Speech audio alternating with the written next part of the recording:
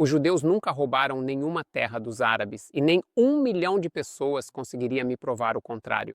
Quase um ano atrás, eu fiz um vídeo curto enquanto estava doente e fiz uma pergunta muito simples. Se você está dizendo que os judeus roubaram terras, então me diga o nome de um assentamento judaico que foi estabelecido em terra árabe roubada antes de os árabes iniciarem uma guerra para eliminar os judeus em 1947. Me dê o nome de um árabe que tenha afirmado em 1935 que judeus europeus, brancos e maus, chegaram e o expulsaram de sua casa, de sua propriedade, de sua terra. Não estou pedindo uma lista de 100 ou nem mesmo de 10 nomes, só um, e não estamos falando de 300 anos atrás.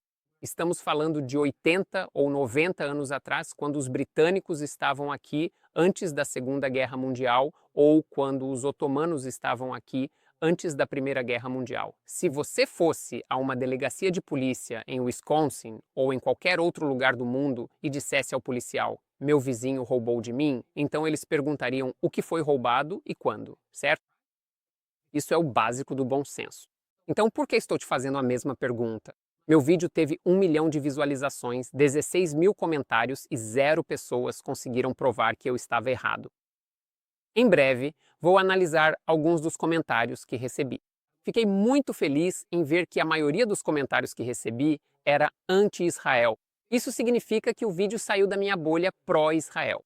Também vou aproveitar esta oportunidade para dizer que não, eu não deleto comentários. Eu realmente acredito na liberdade de expressão, pois ela te torna mais inteligente, e critico a sociedade muçulmana justamente por não ter liberdade de expressão. Então não, eu não deleto comentários que não se encaixam na minha agenda. Acho muito interessante que o mundo todo acuse Israel de roubar terras, mas ninguém consegue me dar um único exemplo de judeus realmente roubando terras. Você sabe quem roubou as terras? Os árabes roubaram terras dos judeus. Não estou dizendo isso da boca para fora. Posso te dar exemplo. Deixe-me mostrar como se faz. Em 1929, os árabes de Hebron roubaram propriedades dos judeus e eu posso até lhe dar os nomes dos judeus que perderam suas propriedades. A família Hassan, a família Benson, a família Slonim. Então você entende? Eu digo onde, quando e dou nomes. E posso fazer o mesmo para outros casos de árabes roubando terras judaicas, como em Gaza. Os judeus estavam estabelecidos em Gaza há centenas de anos, até que os árabes eliminaram a comunidade judaica lá em 1929. O mesmo aconteceu em Jerusalém. Em Jerusalém, em 1880, ou seja, antes do início do movimento sionista, os judeus eram maioria. De qualquer forma, em uma série de ações, os árabes realizaram uma limpeza étnica dos judeus da Cidade Velha de Jerusalém, de modo que em 1948 não havia mais judeus na Cidade Velha. Quando foi que os árabes perderam terras? E eles realmente perderam terras em guerras que eles mesmos começaram. Em 1947, a ONU propôs a solução dos dois estados. Os árabes disseram não e iniciaram uma guerra. Aliás, os líderes árabes não estavam dizendo que a proposta não era justa e que os judeus deveriam receber menos. Eles disseram apenas uma coisa e disseram de forma muito clara: queremos matar todos os judeus. Novamente, posso comprovar tudo o que digo. Aqui está uma citação do líder dos árabes, Mufti Amin al-Husseini. Árabes, levantem-se como um só e lutem por seus direitos sagrados. Matem os judeus onde quer que os encontrem. Isso agrada a Deus, a história e a religião. Isso salva sua honra. Deus está com vocês. Uma observação rápida, ele conclama os árabes a matarem os judeus. Ele não conclama os palestinos a matarem os judeus. Sabe por quê? Porque em 1948, os palestinos ainda não tinham sido inventados. Acha que estou errado? Encontre para mim uma citação de um líder árabe que tenha usado o termo palestinos antes de 1960. Agora estou falando com a internet, que é um lugar realmente grande, cheio de muitas pessoas diferentes, todas com pontos de vista distintos. Então, enquanto faço uma afirmação geral que espero ser compreendida por qualquer pessoa com mais de meio cérebro e um mínimo de bom senso, se você começa uma guerra para eliminar seu vizinho e perde, você não é uma vítima. Que tal assumir responsabilidade? Deixe-me sustentar essa afirmação com alguns fatos que muita gente talvez não conheça. Todos vocês sabem que a Alemanha iniciou a Segunda Guerra Mundial para eliminar os judeus, expandir-se para o leste e escravizar o povo eslavo. O que talvez você não saiba é que após a guerra, não durante a guerra, mas após a guerra, 90 mil quilômetros quadrados de terras alemãs foram cedidos à Polônia. 14 milhões de alemães tiveram que deixar suas terras, muitos dos quais viviam lá há várias gerações. A Prússia e a Silésia, as áreas que os alemães foram os primeiros a ceder, eram a pedra fundamental do Império Alemão e a maioria dos alemães que viviam lá não eram nazistas.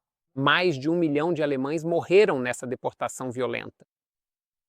Não me lembro de ninguém no mundo protestando em favor dos milhões de alemães que perderam suas terras para a Polônia. No lado leste da Polônia, mais de 1 milhão de poloneses tiveram que evacuar suas casas porque os soviéticos decidiram traçar novas fronteiras. No entanto, não vi nenhum estudante da Universidade de Colômbia fazendo manifestações pelos pobres poloneses que tiveram que fugir sendo inocentes de qualquer crime. O mesmo aconteceu com a Ucrânia e os Balcãs. Dezenas de milhões tiveram que abandonar sua terra natal após a Segunda Guerra Mundial. Outro exemplo interessante é a partilha da Índia em Índia e Paquistão. Isso foi feito pelos britânicos no mesmo ano, 1948, e é a mesma história. Muçulmanos e não muçulmanos que não se dão bem. De 14 a 20 milhões de hindus e muçulmanos tiveram que se deslocar e de 1 a 2 milhões morreram durante esse sofrimento. Todos os exemplos que acabei de citar, Alemanha, Polônia, Ucrânia, os Balcãs, Índia, aconteceram nos mesmos anos por volta de 1948, e cada um desses movimentos populacionais envolveu pelo menos 10 vezes mais pessoas em vítimas e 10 vezes mais terras do que o dos árabes na terra de Israel. Por que parece que o mundo se esqueceu disso? Será que é porque não se pode culpar os judeus por isso? Então por que se preocupar em falar sobre isso 80 anos depois? E, aliás, ninguém chama essas pessoas de refugiados, como acontece com os palestinos, nem mesmo essas próprias pessoas. Outro grupo que não recebe nenhuma atenção são os judeus dos países muçulmanos.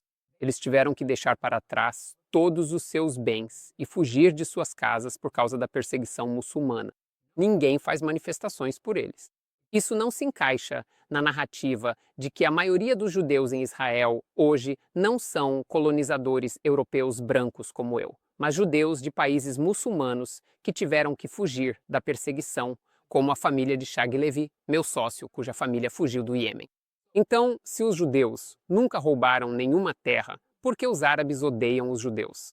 Há duas respostas para isso. A primeira é a geral. A sociedade muçulmana é intolerante com todas as minorias. Me mostre uma minoria, do Irã no leste ao Marrocos no oeste, da Turquia no norte ao Paquistão no sul, onde cristãos, hindus, budistas, judeus, zoroastristas, qualquer minoria esteja prosperando. Você não vai encontrar nenhuma. Novamente, estou fazendo uma afirmação ousada. Sinta-se à vontade para provar que estou errado. Se você parasse de se fixar nos judeus em Israel e abrisse os olhos para outras coisas que aconteceram em 1947 e para o que está acontecendo hoje no mundo muçulmano, então, em meio a um mar de ditaduras muçulmanas e intolerância, há uma minoria bem-sucedida que está prosperando, e essa é o Estado judeu. E agora chegamos à segunda parte, porque esta não é apenas qualquer minoria. São os judeus. Durante centenas de anos, os judeus foram humilhados na sociedade muçulmana. Houve pogroms contra judeus no Iraque, Irã, Marrocos e no Iêmen. Em alguns países muçulmanos, os judeus não podiam andar a cavalo. Eles tinham que viver em guetos e as crianças judias eram islamizadas. E esses judeus, que os muçulmanos queriam ver denegridos, agora têm um Estado e um Estado bem-sucedido. Agora vamos analisar alguns dos comentários que recebi. Então você invade países e depois eles passam a ser seus se você vencer. Espere um minuto, isso não se chama colonialismo? Esse rato é um sionista nojento. Primeiramente, eu não sou um rato. Eu me identifico como um golfinho. Neste comentário, há um ponto básico que muitos não conseguem entender. Hoje pensamos no mundo como dividido em países. Até a Primeira e a Segunda Guerra Mundial, a maioria das pessoas vivia em impérios multiculturais. Muitos grupos diferentes viviam no Império Alemão, sob o domínio austro-húngaro ou no Império Otomano, aqui na terra de Israel. Os judeus eram um dos grupos que viviam na terra de Israel, pois tinham uma ligação de 3.000 anos com a terra. E os judeus que chegaram, como todos os outros grupos, compraram e venderam terras. Não existia um Estado palestino e não havia um povo palestino até a década de 1960. Os judeus não chegaram com um exército e expulsaram os nativos. Então não, isso não tem nada a ver com colonialismo. Se você não concorda, então prove que estou errado. Próximo comentário. Por todo Israel, as cidades que tinham nomes árabes, cujos habitantes Israel matou ou expulsou e tomou o controle. Grande surpresa, um israelense diria isso, mas os fatos são os fatos. Tudo o que estou pedindo é o nome de uma cidade. É isso aí. Todas as cidades que os árabes perderam foram perdidas em guerras que eles mesmos iniciaram. E aqui está um fato interessante que a maioria dos israelenses também desconhece. Existe apenas uma cidade em Israel que foi fundada por muçulmanos. Apenas um, Ramle. Todas as outras cidades com nomes árabes em Israel foram colonizadas pelos muçulmanos. Próximo comentário. Judeus típicos. Obrigado. Considerarei isso um elogio. Eu uso a razão, a lógica e os fatos. O que você está trazendo para a mesa? Próximo comentário. Então, na sua pergunta, você basicamente está admitindo que após a guerra, Israel realmente roubou terras. Por que você teria formulado a pergunta dessa forma se não estivesse tentando evitar a questão maior? Bem, não. Em uma guerra você perde terras ou ganha terras. A maioria das fronteiras da maioria dos países ao redor do mundo foi moldada assim. Esse é um comentário clássico antissemita. Você não diria que os poloneses roubaram terras alemãs em 1946, certo? Os árabes começaram uma guerra para eliminar os judeus. E sim, eles perderam algumas terras. Isso aconteceu em todas as guerras ao longo da história. Próximo comentário. Do que você está falando? Antes de 1947, vocês estavam na Europa e sua entidade veio e massacrou os árabes, deslocando-os de suas casas e terras. Aprenda isso. Em 1947, os árabes nunca começaram uma guerra, seu tolo. Primeiro, a maioria dos judeus em Israel hoje, há 50 anos e há 150 anos, não veio da Europa, mas de países muçulmanos. Acho tão interessante que as pessoas anti-Israel sejam tão obcecadas com os judeus europeus. Segundo, os árabes sim começaram a guerra.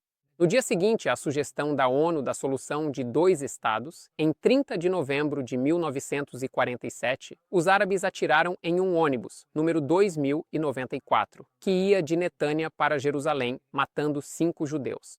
Foi assim que os árabes começaram a guerra, assassinando civis judeus. Vá em frente e me chame de mentiroso, de sionista. Obrigado, eu sou sionista. Parcial, um rato.